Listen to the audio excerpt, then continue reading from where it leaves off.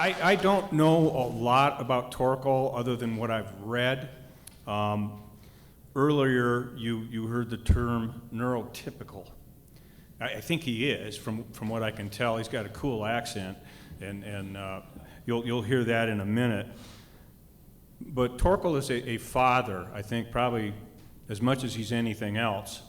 And the story that I read about him in the New York Times magazine that Stephanie gave me a year and a half ago or so talked about a guy that was going to work in IT and software and coming home and struggling with one of his three children, his three boys, but was noticing, rather than a disability, particular abilities that his son had. And as I was talking to him a little bit today, I did ask him, what do you do for fun? And he said, well, when in Denmark, I used to ride bicycle pretty religiously. And then based upon his observing how we drive in this country, he switched to bird watching. He felt it was much safer. But he said he does like to drive and travel, but then he said, but my mind is going all the time. I'm thinking about how I can help people like my son. And he got associated with families that also had children on the autism spectrum in Denmark. And he saw that he could not put a business together, but that he could put together a social entrepreneurial effort that could help a lot of folks. And he's real quick to say, my goal in the United States is to create 100,000 jobs for people on the autism spectrum. And I believe he's going to do it, and I think he's made some important connections here. I'm glad that he had a chance to talk with you, Bob, from Source America, that I think we can kick this into the next gear and maybe make things start happening at a rapid pace. We're excited to have Torkel Sone of Special Sterne here. Please give him a warm round of applause. Well, thank you for this kind introduction. I'm really impressed with this conference, and thanks for being so persuasive, Stephanie, to bring me out here. Stephanie has been insisting that Utah and Salt Lake City would be a great place for me to do my song and dance and see if we could do something together here. I'd like to start with a story about my favorite flower, the dandelion. The dandelion is loved by kids. They blow dandelions, they make necklaces, they have fun. But as you grow older, something happens. And if you buy a house with a garden and you see the dandelion again, probably the love has turned to hate, because now your norms are different. Now your garden has to be as perfect, at least, as the neighbors, and only the flowers that you have decided upon are welcome. The flower is the same, but you have changed. If you see the dandelion as a weed, you will just be spraying it and never get access to the virtues of this plant. But if you see it as an herb, and if you take it from the lawn and put it in the kitchen garden, grow it, you'll get access to all the virtues. You'll find that it's one of the most valuable plants in nature. Can be used for nutrition, natural medicine, coffee, tea, wine, beer. And there's a smart farmer in Denmark who grows dandelions. He can make a living out of treating this flower as an herb where others treat it as a weed. I have 3 sons. They are all dandelions. We are all dandelions. We all had this in us to be a wonderful flower. But when the time comes where we are blown away as a seed out in the community, some will land on hard ground. They'll be seen as non-welcome. They'll be seen as weeds. Some will be lucky enough to land in ground where they are welcomed. They'll be seen as herbs. For most people in this community, it's really the social skills that depend if you'll be seen as welcome or not welcome. In the school system, already when they start in school, they work in teams. If they take a further education, if you can't find your team to work with through college, through education, then you're really lost. And that is independent of the skill sets that you have. If you make it to the labor market and go to a recruiter, and if you do not excel in social skills, you won't get a job, regardless of how many skills you can bring to the table. For my two oldest sons, when they were blown away from home, probably they'll land on welcome ground. They are what is called neurotypicals. Yeah. So the neurotypicals are the ones who do not have autism. And my youngest son has autism. He's a very smart guy. He has a wonderful memory. He can see patterns where no one else can.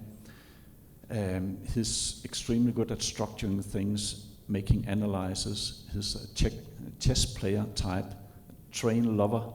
He knows the schedules better than the railway company in Denmark. But he does not have friends. He's not on Facebook. He's very much in his home with his family where he feels comfortable. But outside his comfort zone, he's seen as a person with disability. And he was given an autism diagnosis 14 years ago. And as a family, we have to go through some phases. So first, we know our son better. He's not disabled. He was 3 years old at that point of time. He's caring. He is. You can trust him. He's organized. He's structured, just as you would love from any kid. But in the kindergarten, with 20, 30 kids, adults who want him to play social games all the time, it was another kid they saw. So, as parents, we, after coming through the phases of denial and recognition, we came to the phase, okay, this is the situation. We have a disabled son. We could recognize after reading the disability, the autism diagnosis, that yes, we recognize all the traits. They have not exchanged papers. It is our son. Then we come to the phase where we think of what will happen in the future, what will happen when we are not there to support him anymore. Because as long as we're capable, of course, we'll fight his battles at any time. But there'll come a time where we will not be able to fight his battles. How can he be seen from the same angle as from the parents' angle?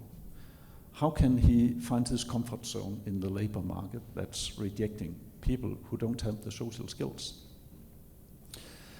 I came up with the challenge that after being active in Autism Denmark, where I ended up as president of a local branch of Autism Denmark, I met so many adolescents and adults with autism who were in the same situation. They were very skilled, but none of them had a job where they could make use of their skills because the labor market store was closed. I was at that time a technical director in an IT company, and I could see that, my goodness, good memory, structured mind, perseverance in repetitive tasks, pattern recognition skills would be just wonderful in the IT sector. For software testing, quality control, data analysis, data entries.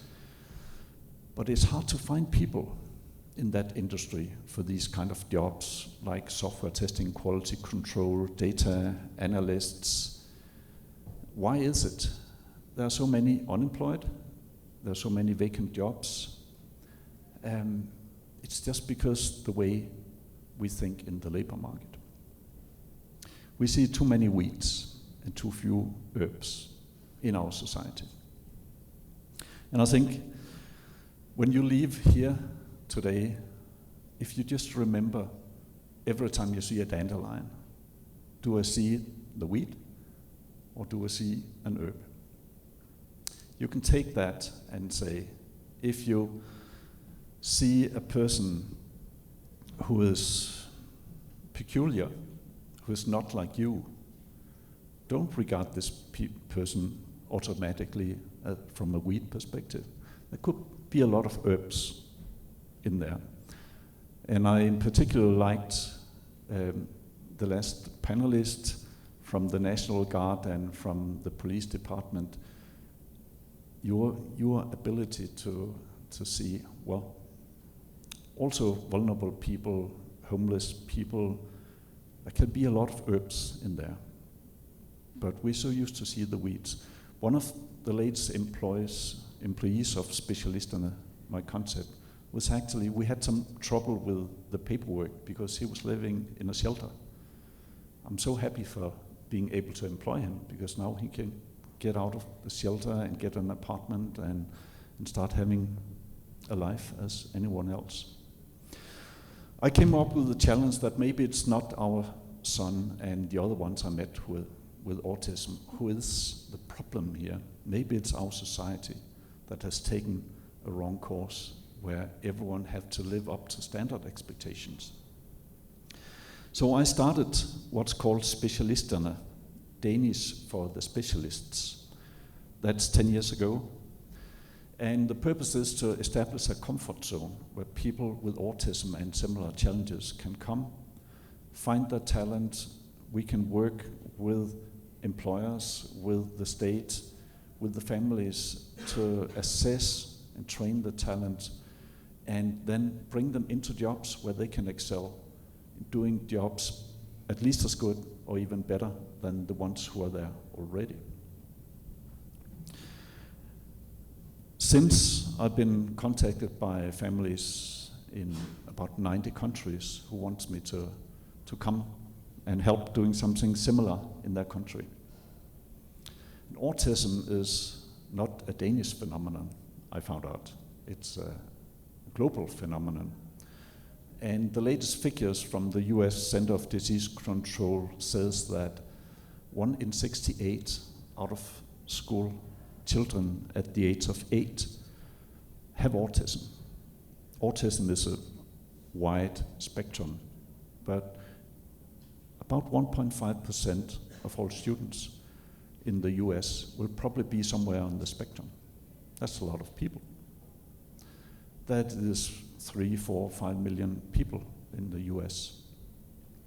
And it's a lifelong disability, so there are reasons to believe that the 1.5% also goes for adults. Most of these will not have a diagnosis because when they grew up there were not so many psychiatrists.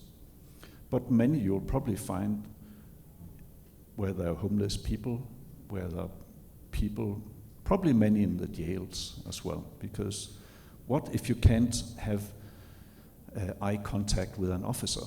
Well, that can be a serious problem for you because you may be misunderstood with your intentions and may end up in jail.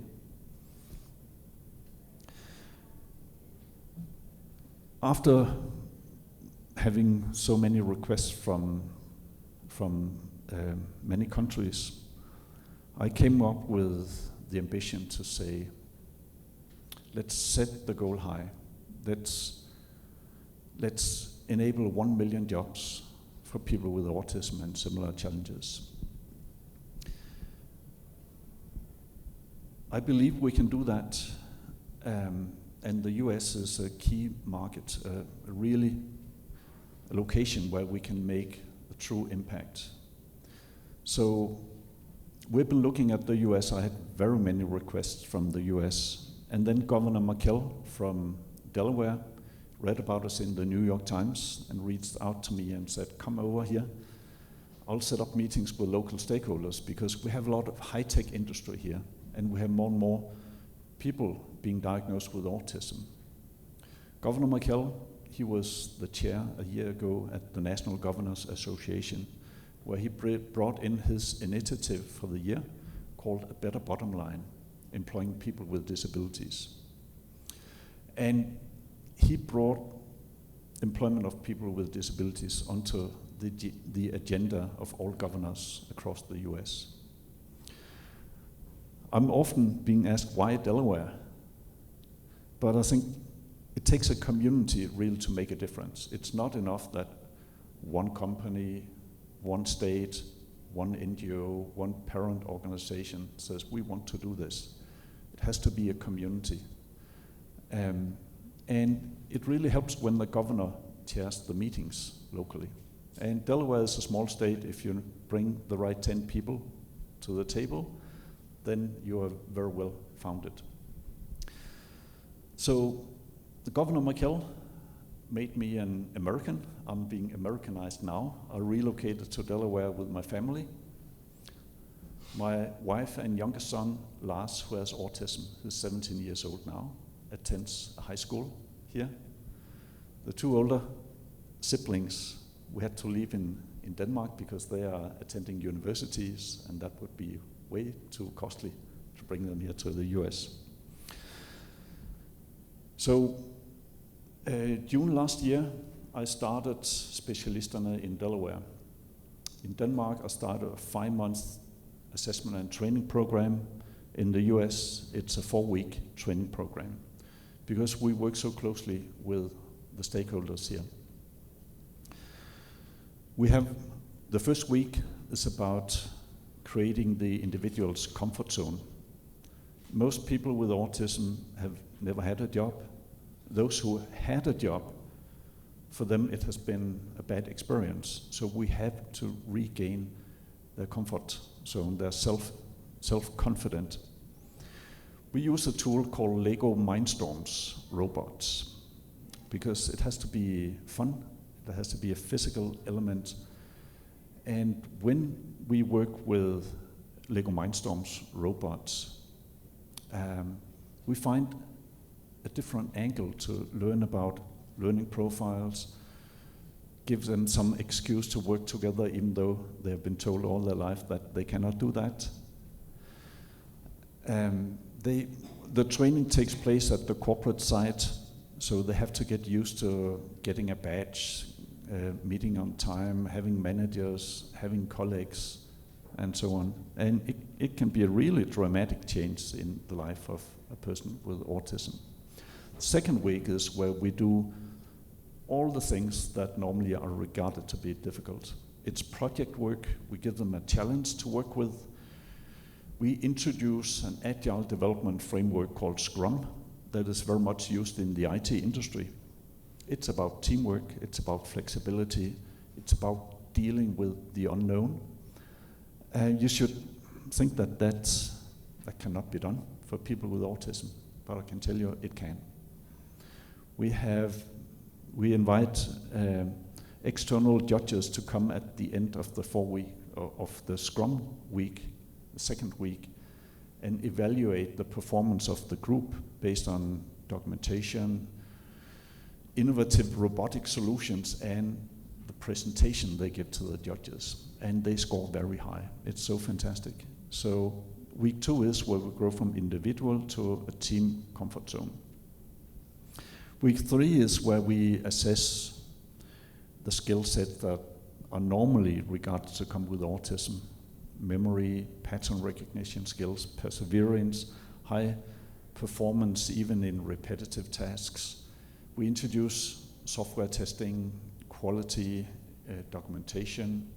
We still use the Lego Mindstorms robots because they can be programmed. We exchange, so we ask them to embed bugs in the other groups, Lego Mindstorms programs.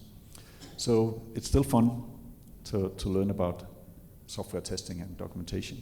The fourth and last week is where we introduce more and more of the work zone. Combine the work zone with the comfort zone. That's where the magic takes place. And then we work with the corporate partners to set up a support structure within the companies of hiring managers, buddies, mentors, so that we are not dependent on one manager wanting to employ a person with autism. This is about really changing the culture in the companies of our corporate partners. Our prime example of a corporate partner is SAP. They committed in May last year that 1% of their global workforce will be people with autism by 2020. They have 65,000 employees worldwide, so 650 people with autism will be employed by SAP before end of 2020. And we are working with SAP around the globe to make sure that they meet this number. Why does SAP do this? Well, it's not because to make them look good and feel good. It's really that they believe that innovation comes from the edges.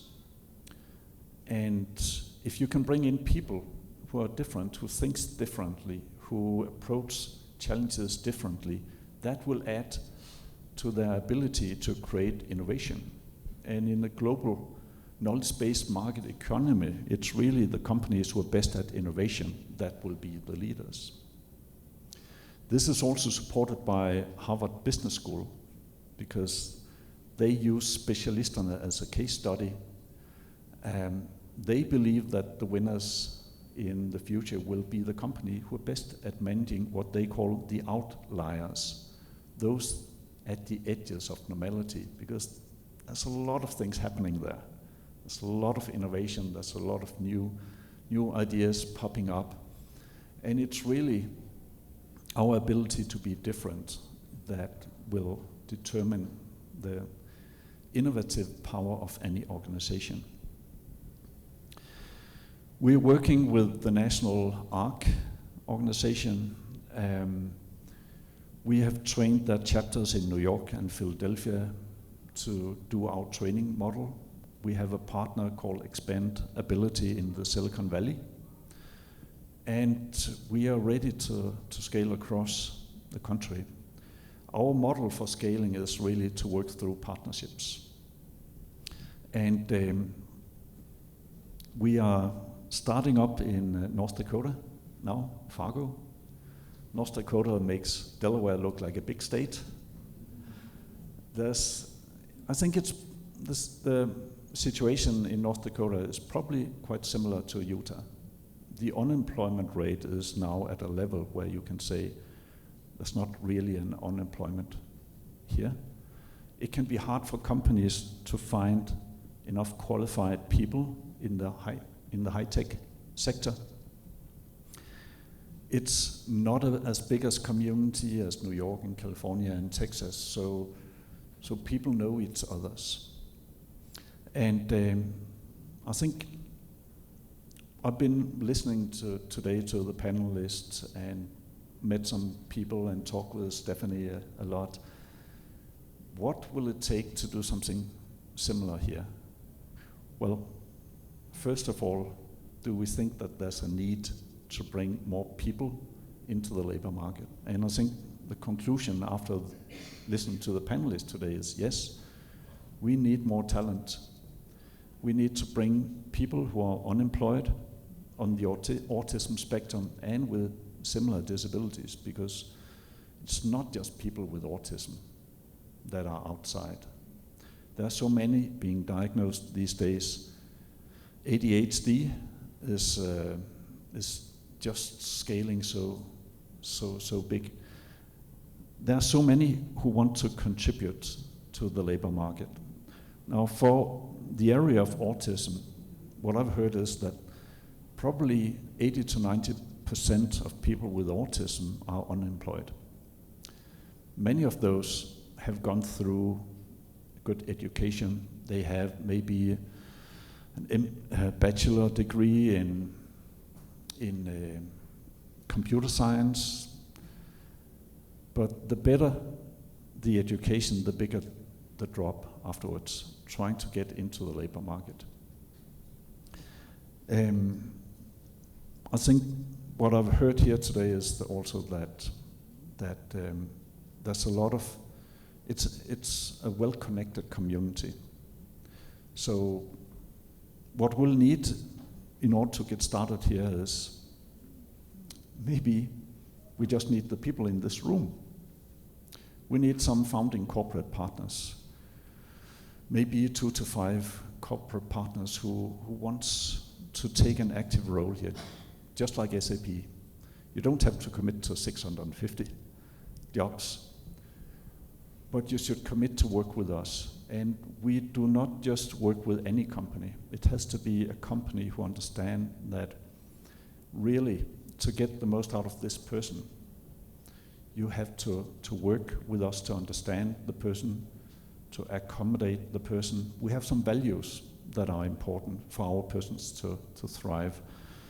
4 values. One is respect. Expect the same as you would if this individual did not have autism. The second is accommodation.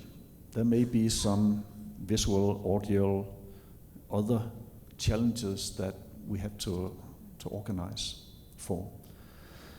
The biggest accommodation is really to make them comfortable by reducing stress to a minimum. Because if you stress a person with autism, all the abilities will kind of be put on hold until the person feels comfortable again.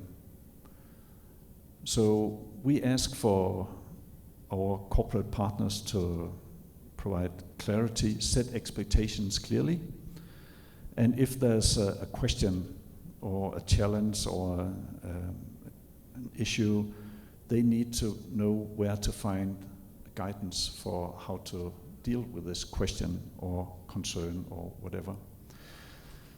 Respect, accommodation, clarity, accessibility. I think these 4 values will actually enhance the productivity in any department. I claim that a workplace where our people with autism thrive will be a good place to work. That's the feedback we get from many peers in the corporate sector. When we ask them not to use irony and sarcasm, because it can be hard for people with autism to understand, why do you say something and mean the opposite? Sometimes. Not all the time. Sometimes. When you have this expression in your face, probably you mean the opposite. That's difficult to deal with. So we ask our peers not to use our sarcasm, not to use irony. And guess what? The hard tone softens, you turn more into a family atmosphere in the department. And so I actually think that people with autism, people with disability, can have an improvement factor in any organization. Also what we heard today, that they come on time, they are so happy to work, they find the self-esteem in what they do more than who they are around. And stress is actually also hurting so many companies. It's very, very expensive for society, but I think if you learn to work with people with autism, you'll use this value-based approach in your leadership, and it will improve the situation for very many in the company, reduce stress, reduce breakdowns. So I think there are very many purposes why you should work with us. It's important that we have corporate partners who want to bring in people with autism because they can do the jobs. And then work with us to find out what kind of accommodation is needed for this individual. We need to work with the state. We have wonderful relationships with Voc Rehab in the other states where we work. But we need to work with the state who knows these people very well. We need to work with the NGO sector. We need to work with the academic sector, university, because we are social entrepreneurs, we are not very good at documenting what we do. We need an academic partner to help us on that. But I think it's now my third time in Utah. The first time was 30-some years ago. The last time was 10 years ago. And I'm here today and tomorrow, leaving for Delaware Wednesday morning. And I hope that I'll have many more visits here. I hope that maybe this could be the starting point for where we could work together, maybe form a committee based on this conference where we'll say, will there be an interest among the stakeholders here in Utah to work with us? I'm talking about people with autism and similar challenges, because I think it's general. Well, we use autism because this is where we have our starting point. I'm here because of kind of a grassroots situation where I was in despair. I formed Specialisterne. Now I'm trying to go around the world making a change. But the change is not just for people with autism. It's the way we think. It's the dandelion way of thinking. If we can all think about the dandelion and give ourselves the challenge every time we see a dandelion. Is it an herb? Is it a weed? Every time we see a person that seems challenging, do we only see the weed, or where's the angle to see the herb? Then we can benefit a lot of individuals, a lot of families. Our starting point was the IT sector, because that's where I had my starting point. But we have been working very much with the financial sector, the pharmaceutical sector, health. I'll claim that in any organization, at least 5% of all tasks would benefit from the skill sets among people with autism. And I've not met anyone who has said that's not true. Just look into your own organizations, your own companies, and I'm sure that the need for people with good memory, structured mind, pattern recognition skills, who are trustworthy, who find the joy of their life in the work, you need them all over the place. So I would like to answer questions. I would like to invite you all to be part of the 1 million job movement, not just to benefit from what we learn here, of what I've learned, but probably if we could make a community-based model for how to make the most impact of a model like ours in the state of Utah, that could also maybe be a model for the Southwest and for the US. So you're all invited to take part in the change that will be hopefully in Utah. It will be national, it will be global, and I think it will change the way we think about disabilities. Today it's very much from a health angle, where we're good at describing all the deficits, all the points where our people are different. But disability is really, for many, it's a combination of the individual and the environment. And this is what we try to change over the 4 weeks training program, where we make the best possible fit between the environment and the individual. Because if that's a good fit, then people with disabilities can be just as able. The last part is really to encourage people to be different and realize that it's because of the difference that we can create additional value together. And this is where we change the way we look at people who are different in our communities. Thank you.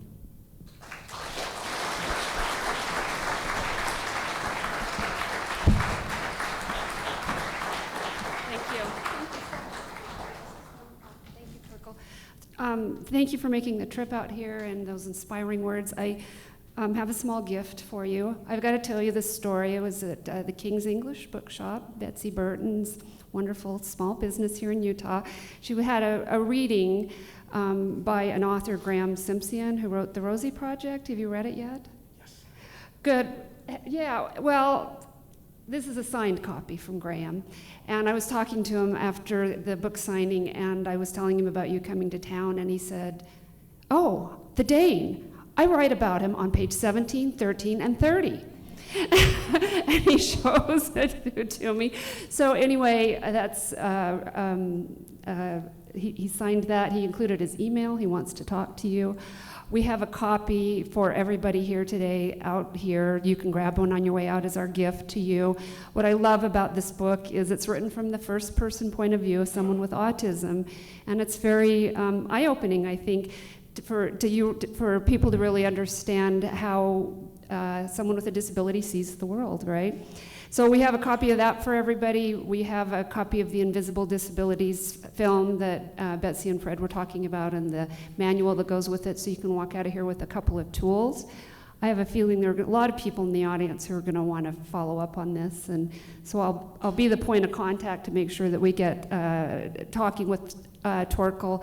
And so thank you so much for being here and this great presentation. I really appreciate it. So good, thanks.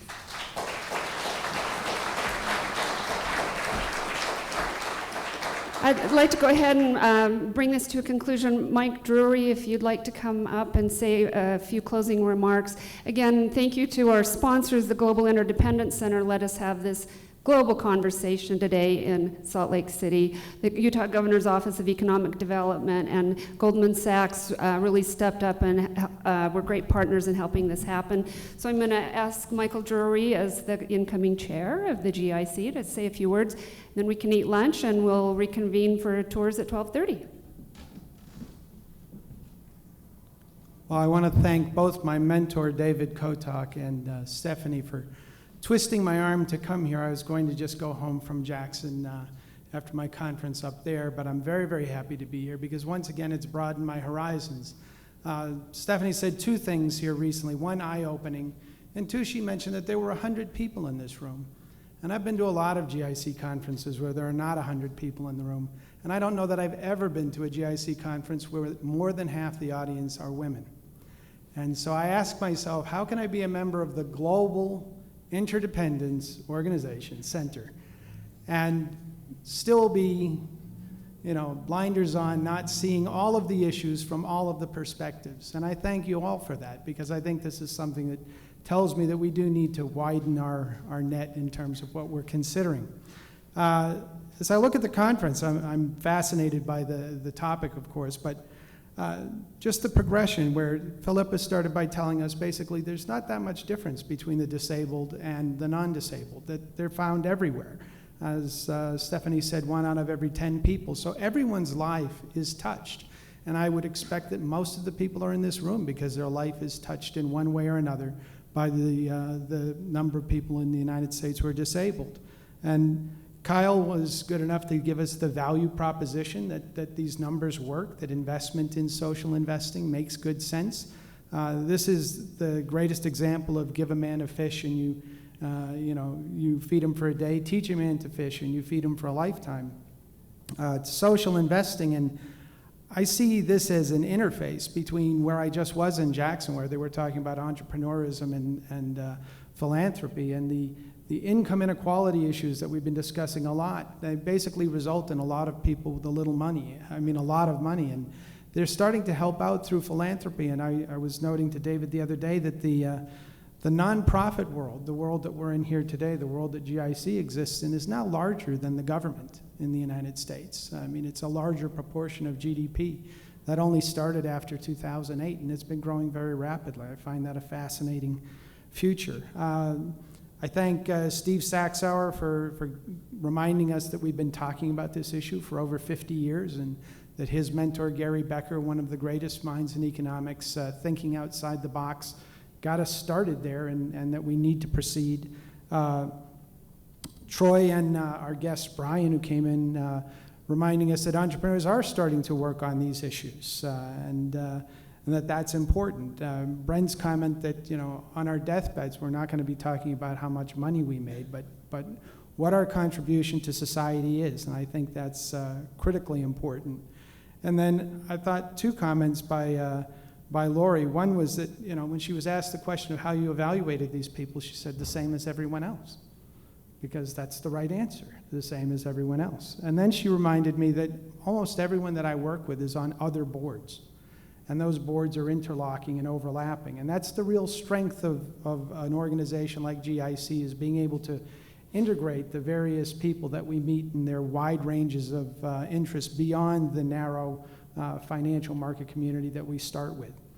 And then finally, I can't think of a better panel than the last panel, which got 3 great sound bites out of. I mean, first, General Burton told us that to solve a problem, you have to get to the forefront, which is absolutely right. And then Lieutenant Fred Ross reminded us that education was the key to success. And then finally, Robert Chamberlain telling us that this is hard work and that you need a champion. And as the outgoing vice chair for programs at GIC, I can tell you, you cannot hold a good program without a champion. You cannot hold any event, you cannot hold any program, any investment, anything without a champion. There's lots of people, if you say, would you like to do this, they'll raise their hand. But if you don't have someone who's going to keep herding the cats and keep things moving forward, it's never effective. And I thank Stephanie for being that. I thank many of the speakers here for doing that around the United States. And I think that has to be the continuing focus, is that we all have to continue to be champions for these ideas. And if we do, then I think it will continue to be a successful program. I thank you very much for attending. I look forward to talking with you all after. Thank you very much.